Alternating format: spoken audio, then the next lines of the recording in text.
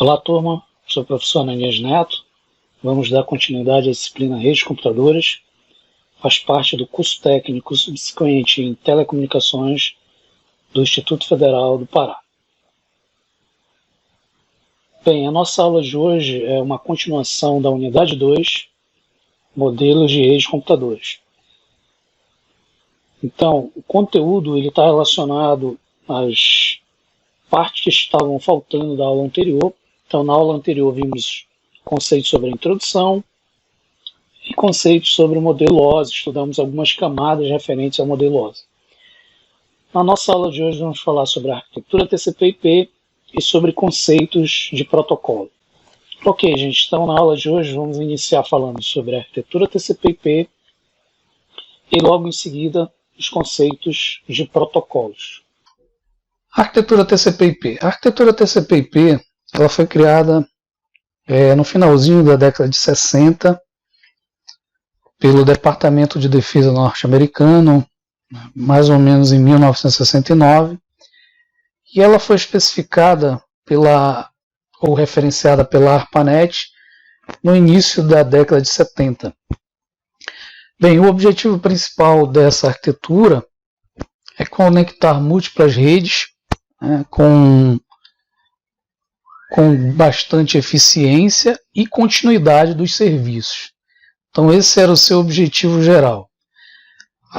Na realidade, a arquitetura TCP/IP ela tem como finalidade interligar redes de computadores com conexões do tipo Packet Switch, que seriam conexões comutadas por pacote. Então, antigamente as redes elas eram interligadas via circuito, e aí com a arquitetura TCP/IP você tem a conexão via comutação por pacote. Desenvolvido para interligar tecnologias distintas, então essa é uma das características bem interessantes da arquitetura, ou seja, é uma arquitetura para redes heterogêneas, diferentes plataformas, sistemas, aplicativos, equipamentos, e ela gera o que a gente chama lá de endereçamento universal, através da sua tecnologia de endereçamento. Bem, o TCP/IP ele é um conjunto de protocolos, então não existe somente o TCP e o IP. Na verdade, você tem um conjunto de protocolos. Esses protocolos são protocolos abertos, mantidos pela instituição que é o Internet Engineering Task Force, o IETF, e ele nos permite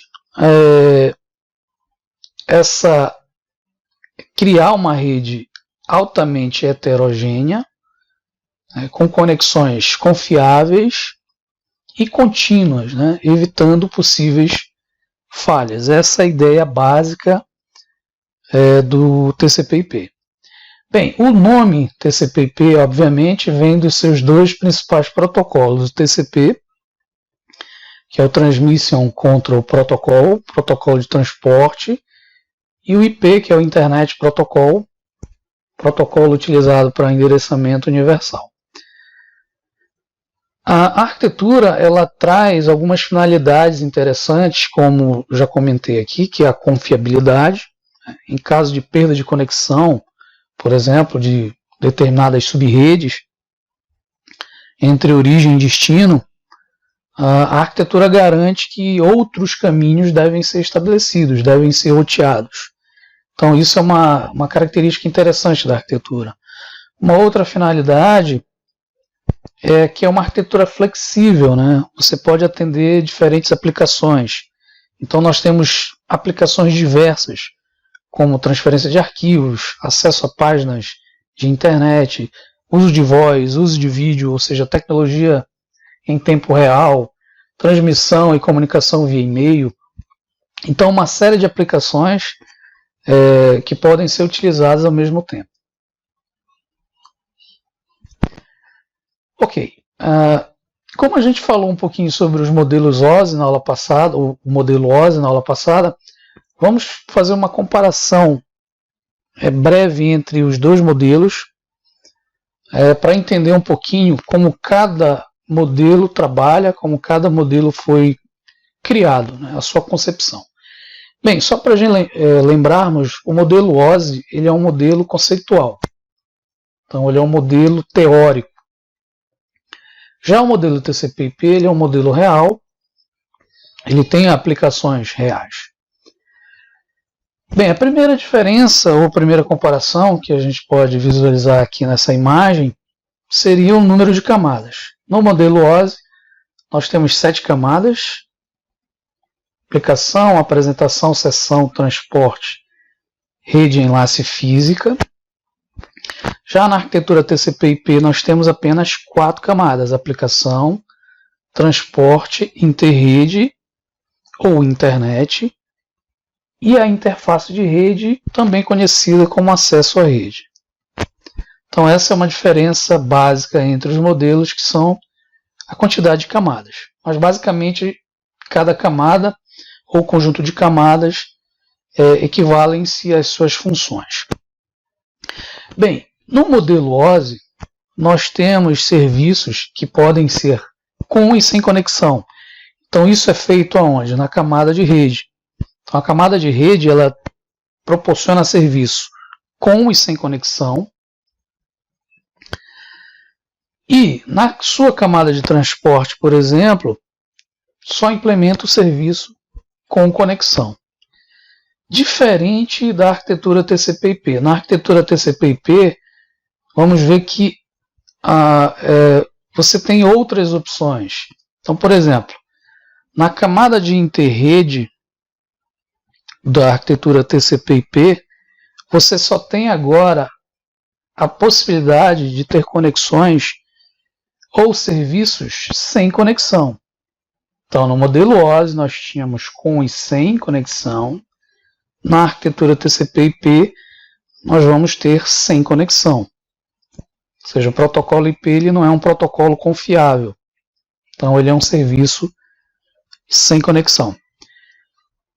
Já na camada de transporte do TCP/IP, vamos ter o contrário da arquitetura OSI. Agora nós vamos implementar os dois serviços, com e sem conexão, através dos dois protocolos específicos, o TCP, que é um serviço confiável, e o UDP, que é um serviço não confiável. Bem, uma outra comparação é que os protocolos que compõem a arquitetura de protocolos TCP/IP e o modelo OSI, eles também podem ser descritos em termos de modelos. Ou seja, o que eu quero dizer com isso? Existe um mapeamento entre eles. Por exemplo, no modelo OSI nós temos as 3 camadas superiores que são mapeadas, são descritas numa única camada do modelo ou arquitetura TCP/IP, que é a aplicação. A camada de transporte no modelo OSI é descrita ou mapeada na própria camada de transporte do TCP/IP. A camada de rede é mapeada na camada de interrede ou internet do TCP/IP. E as camadas enlace física do modelo OSI são descritas, mapeadas numa única camada, que é a interface de rede. Uma outra comparação interessante é que a camada de interface de rede e a camada de aplicação, como vocês estão observando na figura, elas foram reduzidas, né? Então, por exemplo, a arquitetura TCP/IP, você observou que a apresentação e sessão, elas poderiam ser representadas numa única camada. A mesma coisa em enlace física numa única camada. Então, a camada de interface de rede ou acesso à rede e a camada de aplicação da arquitetura TCP/IP são divididas para descrever funções discretas que devem ocorrer nesse modelo. Tá? Bem, na camada de interface de rede da pilha de protocolo TCP/IP, você vai observar que não é especificado quais protocolos devem ser usados para transmitir, por um meio físico ou algo do tipo. Então, esse modelo ele só vai descrever a transmissão da camada de internet, camada de interrede, aos protocolos referentes à camada física. As camadas 1 e 2, ou seja, física enlace do modelo OSI, eles vão proporcionar ou vão permitir procedimentos necessários para acesso à mídia, recursos físicos ou acesso ao meio, né?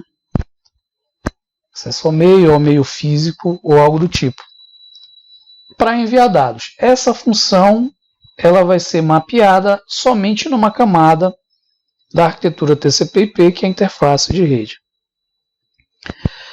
A camada 3 do modelo OSI, que é a camada de rede, ela, como eu comentei logo no início, ela é mapeada na camada de interrede ou internet.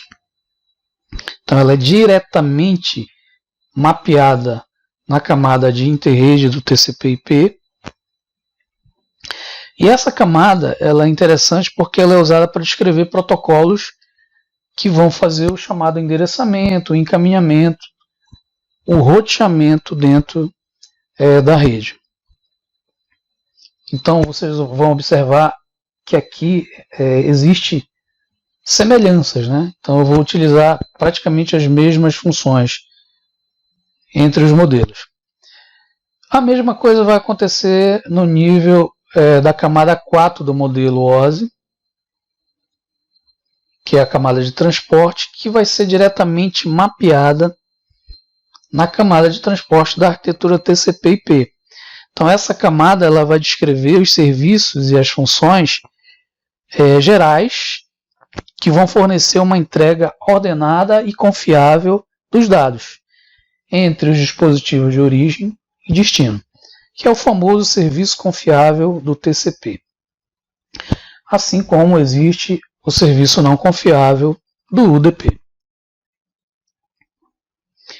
Bem, e além disso nós temos alguns exemplos de protocolos, né, que são implementados na arquitetura TCP/IP. Então, na camada de aplicação, por exemplo, nós temos diversos protocolos finais utilizados pelo usuário, né? Telnet, DNS, HTTP, FTP, SNMP, NFS, SMTP, o POP3 e MAP, assim como outros protocolos, né, da camada de aplicação. Na camada de transporte da arquitetura TCP/IP vamos ter dois protocolos importantes, que é o TCP e o UDP, um de serviço confiável, o outro não confiável. Na camada de interrede ou internet, vamos ter protocolos importantes como o próprio IP, ARP, RARP e ICMP. E na interface de rede, como eu comentei anteriormente, que não especifica quais protocolos devem ser usados, mas tecnologias específicas de acesso à rede física. Como, por exemplo, tecnologias de conexão ponto a ponto, conexão por fibra, ATM, X25, Frame Relay, Token. Bem, agora vamos estudar camada por camada da arquitetura TCP/IP para entendermos a função de cada nível, né? Então a primeira camada, no nível superior, é a camada de aplicação. Observem que a camada de aplicação, como foi comentada na comparação da figura anterior, essa camada ela não identifica, né? Ela não identifica a necessidade do uso das camadas do modelo OSI, que é a seção e a apresentação. Então, essas duas camadas elas foram transformadas em únicas funções na camada de aplicação. Então, a experiência com o modelo OSI mostrou que essas camadas elas são de pouca utilidade. Então, o que aconteceu? Vamos agregar as duas camadas numa única camada, que é a camada de aplicação. Então, a camada de aplicação ela representa os dados e serviços do usuário final. Então, tudo que é referente ao usuário, as aplicações, os serviços dos usuários, né, estão contidos nessa camada. Além de realizar controle de codificação e o estabelecimento de seção, que são referentes a camadas de apresentação e seção do modelo OSI. Bem, a camada de aplicação ela vai reunir um conjunto de protocolos que fornecem serviços de comunicação ao sistema ou ao usuário final. Então nós vamos ver aí, basicamente, dois tipos de aplicações, né, que são os protocolos de serviços básicos, ou seja, serviços essenciais, que são utilizados pela camada de aplicação, e protocolos de serviços propriamente dito ao usuário. Daqui a pouco a gente vai ver alguns exemplos. Então vamos lá. Protocolos de serviços básicos. Vocês vão ver que são protocolos que fornecem serviços para atender às próprias necessidades do sistema de comunicação. São serviços essenciais. E aí nós temos como exemplo o DNS, Domain Name System, ou Sistema de Nome de Domínio. Ele é um serviço essencial, ele é um pré-requisito para vários outros serviços. Ou seja, os usuários eles utilizam uma série de aplicações e serviços. E o DNS é um serviço essencial, ele é um serviço básico. O que ele faz? Ele mapeia nomes de domínios em endereçamentos de rede. A mesma coisa o BOOTP, ou Bootstrap Protocol. Esse protocolo ele é interessante, ele é um serviço básico porque ele permite direcionamento de endereçamento estático. Diferente, por exemplo, do DHCP, que é o seu sucessor, né, que fornece serviço de endereçamento dinâmico. Então, quando uma máquina, um host entra numa rede, ele precisa de um endereçamento. Esse endereçamento ele pode ser direcionado estaticamente ou dinamicamente. Então, nós temos serviços básicos que fornecem essas aplicações. Protocolos de serviços para o usuário. Eles são protocolos de âmbito mais gerais, destinados aos usuários. Então, nós temos uma série de protocolos. Eu listei alguns aqui, não coloquei todos, mas eu coloquei os principais, né? Então, nós temos, por exemplo, na camada de aplicação, serviços dos usuários, o famoso FTP, que é o serviço de transferência de arquivo, né? Ele fornece um meio para a transferência de dados entre máquinas, e aí ele implementa através de portas específicas serviços de dados e controle para a transferência de arquivos. Nós temos, por exemplo, o HTTP ou o seu representante de forma segura, que é o HTTPS. O HTTP já é um protocolo destinado a acesso a páginas web. Então, tudo que a gente acessa na internet através de sites provém do HTTP ou do HTTPS. Nós temos serviços de emulação de terminal ou terminal virtual, o famoso Telnet, que é um serviço que permite acesso remoto do usuário através de login, né, de conta, login e senha. Nós temos serviços de postagem de correio eletrônico, como o protocolo POP3 e o SMTP, um de envio, outro de recepção, do famoso correio eletrônico, e protocolos destinados a sistemas maiores, por exemplo, sistema de arquivo distribuído, como o NFS, utilizado, por exemplo, em computação em nuvens. Um outro exemplo de protocolo de serviço para o usuário são protocolos de gerenciamento de rede, como o SNMP, utilizado em sistemas de gerenciamento de rede de computadores. Bem, como eu comentei, existem outros protocolos que no decorrer do curso vamos comentar e descrever melhor. Bem, a camada de transporte.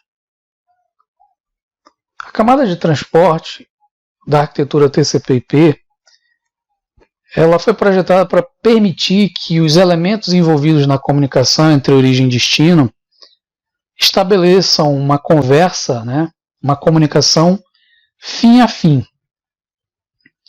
Ou seja, garante que a comunicação entre os vários dispositivos, origem e destino, vão ser estabelecidas entre as chamadas redes distintas ou heterogêneas. Então, essa camada ela reúne os protocolos que realizam as funções de transporte de dados fim a fim. E aí nós temos dois protocolos bastante conhecidos. Um deles é o TCP, Transmission Control Protocol, e o outro é o UDP, User Datagram Protocol. Bem, qual é a diferença básica entre os dois protocolos? Um garante o serviço confiável, que é o TCP, e o outro um serviço não confiável.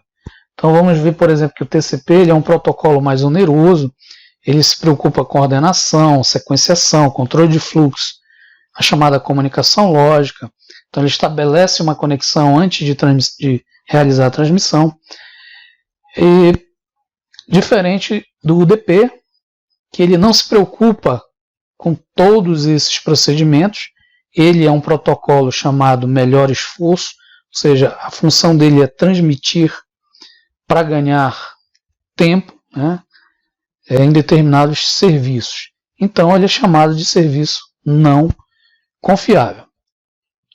Bem, o TCP ele é um protocolo que trabalha com fluxos, então ele controla fluxos, ele segmenta, ele divide pacotes, e obviamente essas segmentações vão ser enviadas pela camada inferior, que é a camada de interrede ou internet.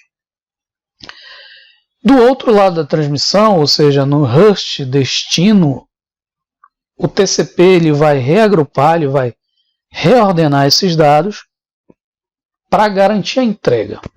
Então, por isso ele é considerado um protocolo mais oneroso.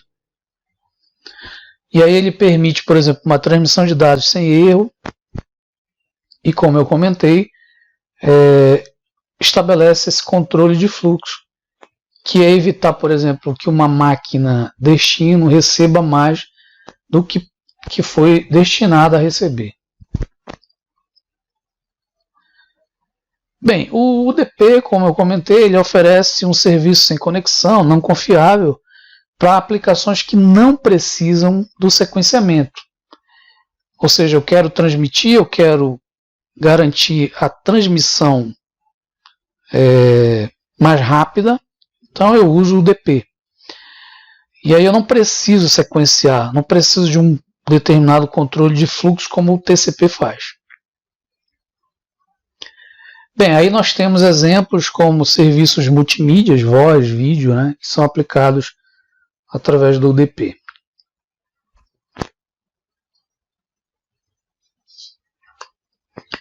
Camada de interrede ou internet. Bem, a camada de interrede ou internet ela é responsável pelo encaminhamento e roteamento. E aí, como eu comentei lá no modelo OSI, vocês vão ver que as duas camadas, a interrede e a camada de rede do modelo OSI, possuem características semelhantes. Então, eles vão realizar praticamente as mesmas funções, que é encaminhar e rotear dentro da rede. Estabelecer aquele melhor caminho possível entre as redes. Bem, na arquitetura TCP/IP, o principal protocolo dessa camada é o IP. Então essa camada ela realiza a comunicação entre máquinas através do endereço universal, que é o endereço IP, endereço universal lógico, permitindo, por exemplo, que os hosts transmitam os pacotes sobre a rede, sendo que cada um desses pacotes transmitidos vão ser transmitidos de forma independente para o seu destino. E aí você vai potencializar, né, você vai permitir, por exemplo, melhor desempenho na rede. No entanto, o IP ele é um serviço não confiável, então essa função vai ser destinada à camada superior, que é a camada de transporte, utilizando o TCP. Então o que acontece? Nessa camada, os pacotes podem chegar numa ordem diferente de envio, E aí a camada superior, no caso, a camada de transporte junto ao TCP, ordena esses pacotes. Bem, cada host ou cada máquina vai receber um identificador, que é o endereço universal lógico, que é o IP. E aí os principais protocolos desse nível, o IP, o ARP, que é um protocolo de resolução de endereços, ele faz um mapeamento entre endereço físico e endereço lógico. Eu tenho o seu representante reverso, que é o RARP, e o ICMP utilizados em determinados aplicativos, como, por exemplo, serviço de ping, né? Estatísticas e tudo mais, que também faz parte da camada de interrede.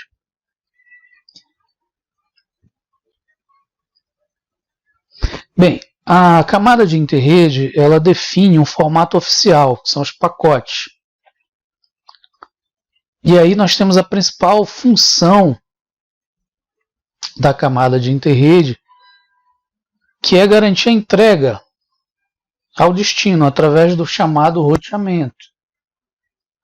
Então, o roteamento, a gente pode dizer que seria as principais funções da camada de interrede. E como eu comentei, é semelhante à função da camada de rede do modelo OSI.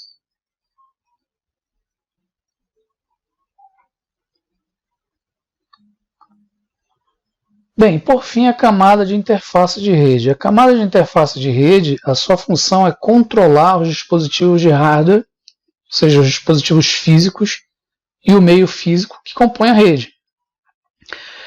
No modelo TCP/IP, como a gente viu lá na comparação, não existe uma especificação bem definida dos protocolos que vão ser utilizados nesse nível. Então aqui não é especificado muito bem o que acontece abaixo da camada de interrede. Então o host ele deve se conectar com qualquer dispositivo, né, da rede usando um protocolo, através do qual ele pode enviar pacotes IP. Então esta camada realiza o mapeamento entre o endereço de identificação de nível interrede, ou seja, do nível superior, para um endereço físico. Então a gente vai ter aí um mapeamento entre os dois endereços. Bem, nessa camada também, o protocolo não definido, como foi comentado, ele vai variar de acordo com um host, ou seja, de um host para host ou de uma rede para rede. O que isso quer dizer? O protocolo ele não é um protocolo determinado, e sim a tecnologia física que vai compor a tecnologia ou a camada de interface de rede. Bem, a camada de interface de rede ela vai realizar o interfaceamento com o meio de comunicação, e aí vai trabalhar sinais físicos por meio de bits, realizar o controle de transmissão de dados a partir de sinais gerados e tratar dos protocolos com estrutura de rede própria.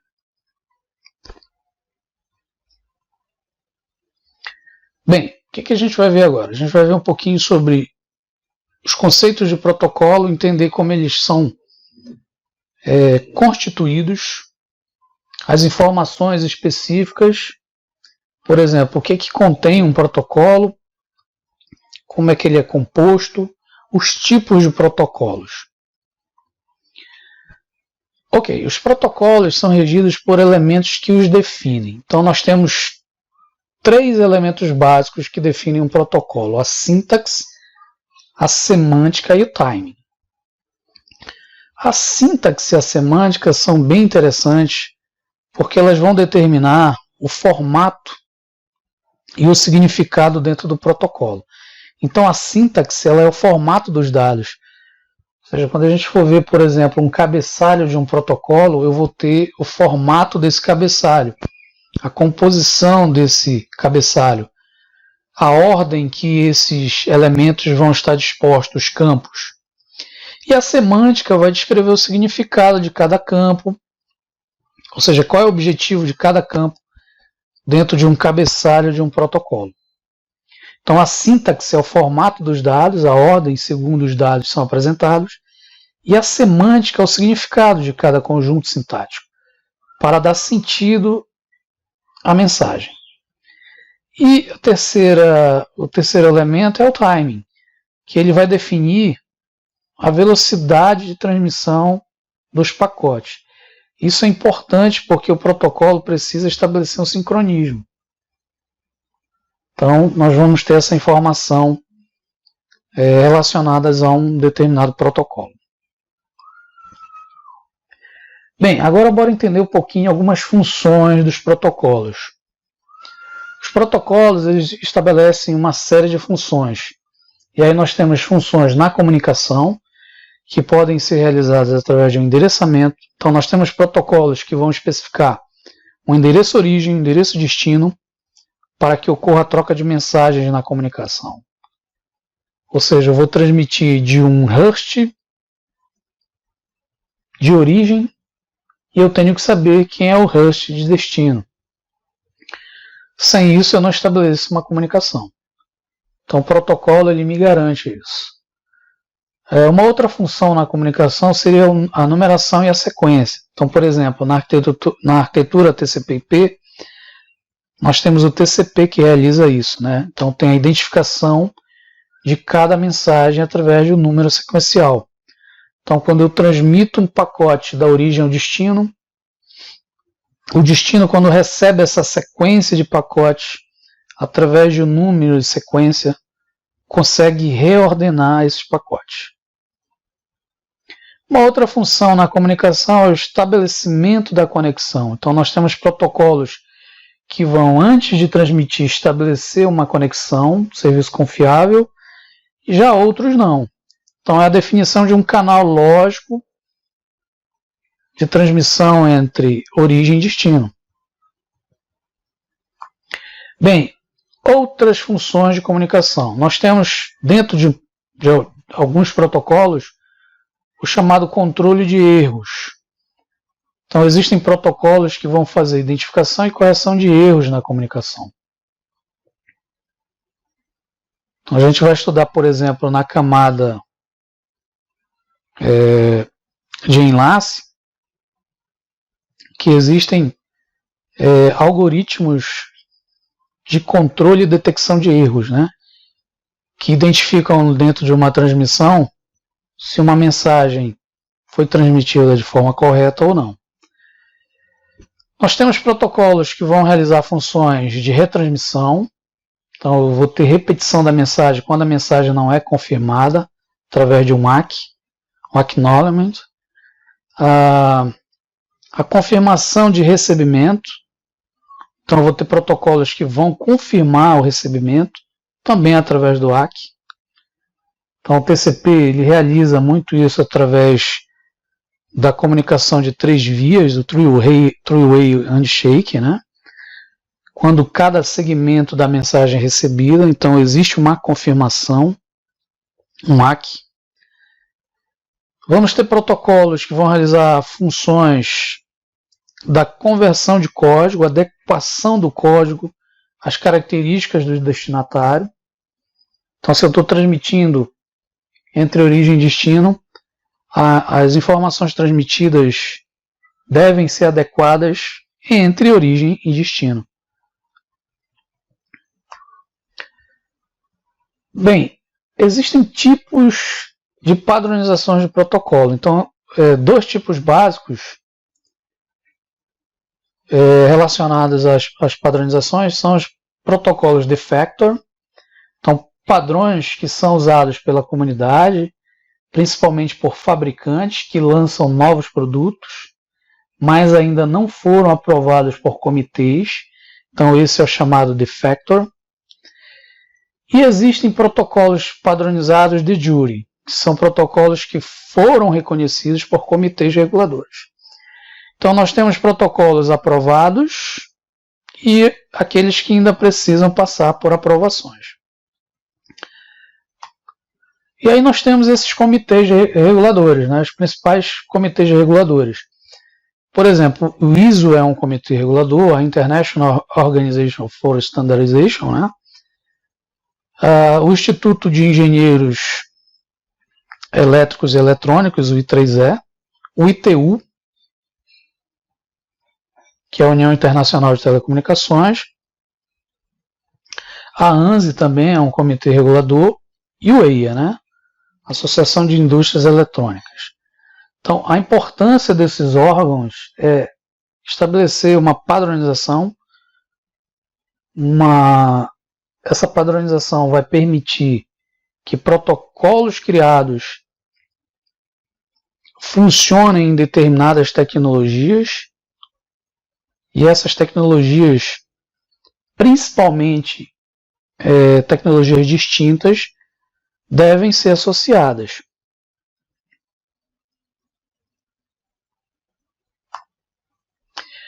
Bem, além